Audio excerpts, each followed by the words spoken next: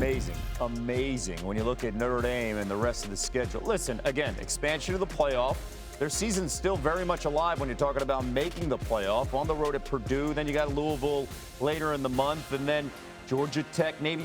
This is all winnable from here on out. Yeah, it's all winnable from here on out, but there seems to be an issue. Okay, this is the third time under Marcus Freeman that Notre Dame has been a double-digit favorite and lost. You go back, you got Stanford, Marshall, and Northern Illinois. Yep. And so maybe it's a way that the team is being prepared. You go to College Station last week, big win. Everybody's fired up. You come back home. You pay Northern Illinois $1.4 million to come into your house.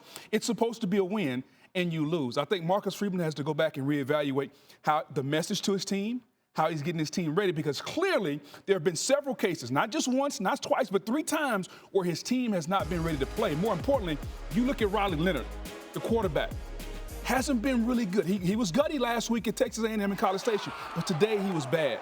2 INTs, he was late throwing the football, and they have a lot to figure out before we can start worrying about the rest of that schedule in the playoffs. Yeah, and Thomas Hammock talked about it too, the emotions there, talking about the veteran bunch of his team. Yeah. And again, it is the landscape of college football. You're going to get transfers. You're going to get kids coming in and out. The idea of a veteran team not panicking in that environment, while Notre Dame bringing in Riley Leonard, and you can see it's like, no, it's supposed to happen. Yeah. It's supposed to. It just never happened because when you look at the offense, there's no dynamic plays. We didn't see any dynamic, explosive plays from this entire team over the last 2 games. No trust. You heard what Coach Hammock talked about. We're a family. We don't go in the transfer portal. We're built because our guys have been here. And he said, I told our guys, we don't need luck. Just believe. Be your best. And that's what's amazing about college football. You know, we get so caught up in the 14 playoff, the 12-team playoff, who's playing who.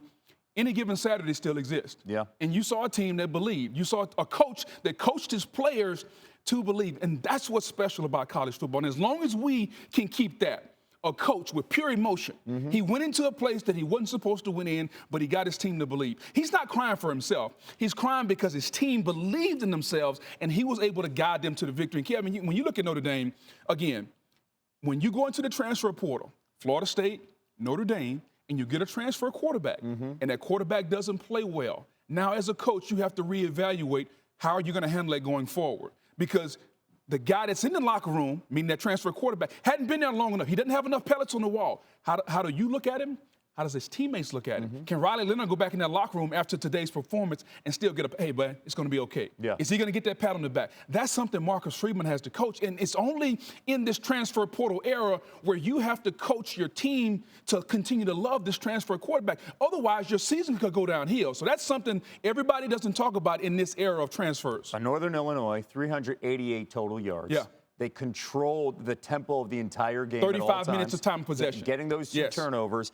Only 286 total yards from Notre Dame. Yeah. New OC coming from LSU as well. Yeah. It feels like a disconnect. Do you see a disconnect? So when Mike Denbrock, the offensive coordinator, was at LSU, he had a quarterback that was a dual-threat guy, Jaden Daniels. And he could call the game based on that. Riley Leonard is athletic, but he's not athletic as Jaden Daniels. And it looks like to me that Mike Denbrock is trying to figure out what Riley Leonard does best. And through 2 games, on-the-job training has taken place. Yeah. He doesn't really know what Riley does best. He tried the quarterback run for the first touchdown, but as far as the passing game, if you're a defense, you're going to continue to creep toward the line of scrimmage because you don't trust Riley Leonard throwing the football down the field. 2 passes down the field, 2 INTs. And so Mike Denbrock has to go back and reevaluate, what can I do with Riley Leonard that he does best? Not what Jaden Daniels did at LSU. What does Riley Leonard do best? And they got to figure that out really quickly. And Thomas Hammock getting the biggest win of the college football season so far. No doubt. The biggest win in school history. And $1.4 million for the football program. A lot of money, Kev. A lot of money. Take a trip to South Bend and then break their hearts and then walk away with a W. By the way, the last time I played in South Bend, I got a little piece of touchdown Jesus. Oh, did you? Yeah, I'm sure the statute of limits is gone now. But I stole just a little. Was this a recruiting trip? No. We played at Notre Dame. LSU played Notre Dame. Okay, like just chipped off a little piece. Chipped off a little piece. Chipped a little piece. Still got it, right? Yeah, I'm not saying anything. Oh, well, you said enough.